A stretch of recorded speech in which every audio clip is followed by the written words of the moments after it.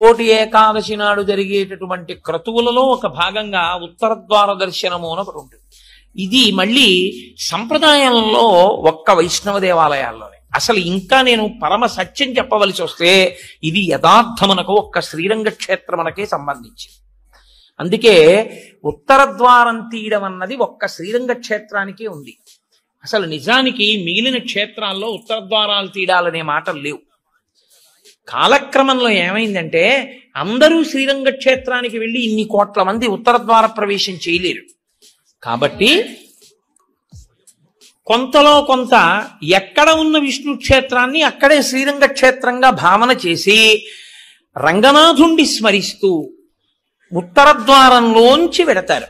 ఉత్తర ద్వారంలోంచి ఆ రోజున శ్రీ మహావిష్ణువు ఏమీ చెయ్యలేనివాడు, అన్ని విధాల ఇంకా అసలు నేను ఈశ్వర ఏమీ చెయ్యలేను, నువ్వే నాకు ఆధారం, నువ్వే నన్ను తీసుకుపో అన్నవాణ్ణి ఉత్తర ద్వారం తెరిచి తనతో తీసుకుపోతాడు. ఉత్తర ద్వారం తీస్తే మీరు ఎటువైపు కడతారు? ఉత్తరానికి కడతారు కదండి. ఉత్తర ద్వారం ఎందుకు తీయడం? దక్షిణ ద్వారం తీయకూడదా, తూర్పు ద్వారం తీయకూడదా? తూర్పు మంచిది కదా, మరి ఉత్తర ద్వారం ఎందుకు? మీరు యథార్థాన్ని గమనిస్తే ఉత్తరాన ఏముంటుందో తెలుసా అండి? హిమాలయాలు ఉంటాయి, ఉత్తరాన కైలాసం ఉంటుంది, ఉత్తరాన మృత్యుంజయుడు పరమేశ్వరుడు ఉంటాడు. ఉత్తర దిక్కుకి ప్రయాణం చెయ్యడం అంటే దక్షిణ దిక్కుకి ప్రయాణం ఆగిపోతుంది. దక్షిణ దిక్కుకి ఏది ఎడుతుందంటే శ్మశానం ఉంటుంది దక్షిణ దిక్కున.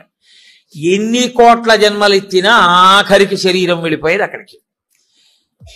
ఎవడు ఈశ్వరుడితో పాటు ఉత్తినే ఉత్తర ద్వారంలోంచి వెళ్ళడం కాదు, అసలు నిజంగా ఉత్తర ద్వారంలోంచి వెళ్ళడం అంటే ఏమిటో తెలుసా అండి?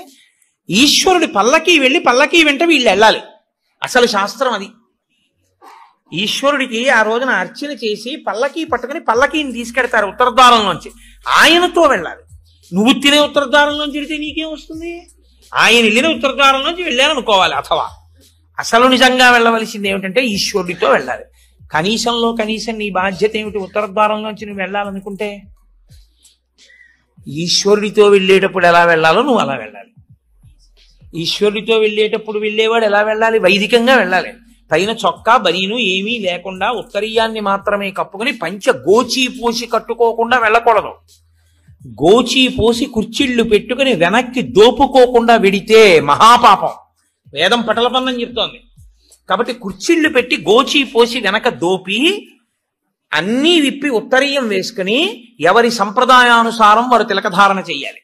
నీకు ద్వాదశనామములైతే ద్వాదశనామములు, నాకు విభూతి ధారణ ఎలా చెప్తే అలా నేను విభూతి నేను చేసి శ్రీరంగనాథుడితో కలిసి ఆయన పల్లకీతో నేను ఉత్తర ద్వారంలోంచి మౌనంగా కానీ భగవన్నామని చెప్తూ కానీ ఆయన వెంట వెడితే నా ప్రాణోత్క్రమణం అయినప్పుడు కూడా ఆయన నన్ను అలాగే తీసుకెడతాడు. ఉదారుడై నన్ను నమ్మి, శాస్త్రం నమ్మి నాతో ఓ రోజు వచ్చాడు కాబట్టి ఇప్పుడు అలాగే తీసుకెడతానని ఉత్తర ద్వారంలోంచి తీసుకెడతాడు.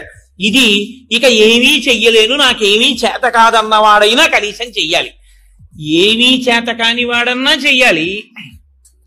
ఈశ్వరాన్ని నాకు ఏం చేతనైనని నేను అన్నీ చేసేస్తానని ఇది మాత్రం మానేస్తాను అన్నవాడన్నా చెయ్యాలి. అందుకే శివాలయంలో ఎందుకు ఉండదో తెలుసా అండి? ఉత్తర ద్వారంలోంచి వెళ్ళేది అక్కడికే కాబట్టి ఇంకా మళ్ళీ శివాలయంలో ఉత్తర ద్వారం ఎందుకు?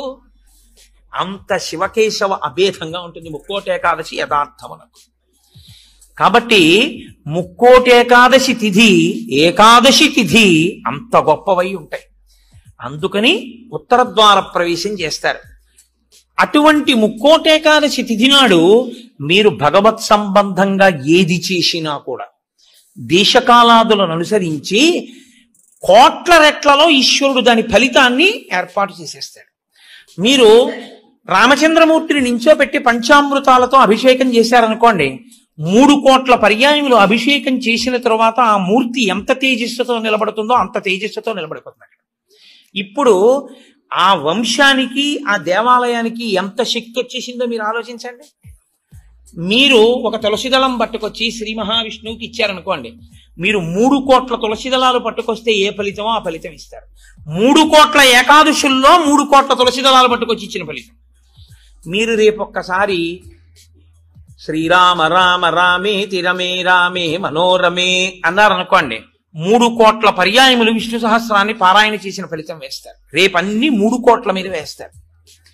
రేపు మీరేమీ చేయలేదనుకోండి, 3 కోట్ల పాపాలు చేసిన ఫలితం వేస్తారు. మరి అంతే కదండి.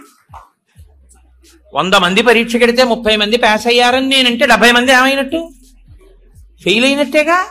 మరి ఏమీ చెయ్యని వాడు ఏమైనట్టు? పాపాన్ని పొందినట్టు కాదా 3 కోట్ల పాపాలని? కాబట్టి ఉత్తరద్వార దర్శనము చెయ్యాలి, ఉపవాసము చెయ్యాలి. ఇందులో ఎవరెవరు ఏ మినహాయింపులో కెడతారో మినహాయింపును అనుభవించినా తాను చెయ్యగలిగింది చెయ్యాలి. నేను ఏమీ చెయ్యలేని వాడిని అనడానికి మాత్రం నీకేమీ లేదు. నువ్వు అసలు కదలలేని వాడి అయితే ఇంట్లో కూర్చుని గోవిందనామైనా చెప్పాలి. కాబట్టి రేపొక్క రోజు చక్కగా రామనామం చెప్తూ 1 గంట రామనామం రాస్తూ, అంతకన్నా భాగ్యమే ఉందండి. ముక్కోటే కాల్సినాడు 1 గంట రామనామం రాసుకుని రామనామం చెప్పుకుని విష్ణు సహస్రం పారాయణ చేసుకుని తులసి అర్చన చేసుకుని పంచామృతాభిషేకం చూసుకుని కీర్తనలు చూసుకుని ఉదయం నుంచి కనీసం రాత్రి నిద్రపోయే వరకు జాగరణ చేయకపోయినా నిద్రపోయే వరకు భగవన్నామమునందు మాత్రమే నిబద్ధుడయ్యుంటే అంతకన్నా భాగ్యమే ఉంటుంది.